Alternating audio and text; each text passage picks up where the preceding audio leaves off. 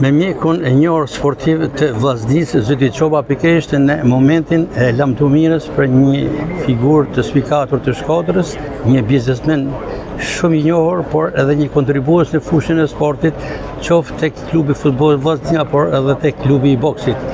Çoba, një humje për qytetin e Shkodrës.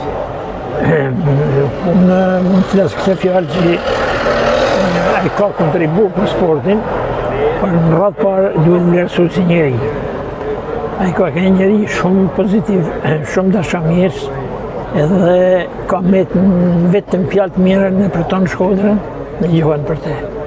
Zakonisht në këshilla asësh analizohet njeriu.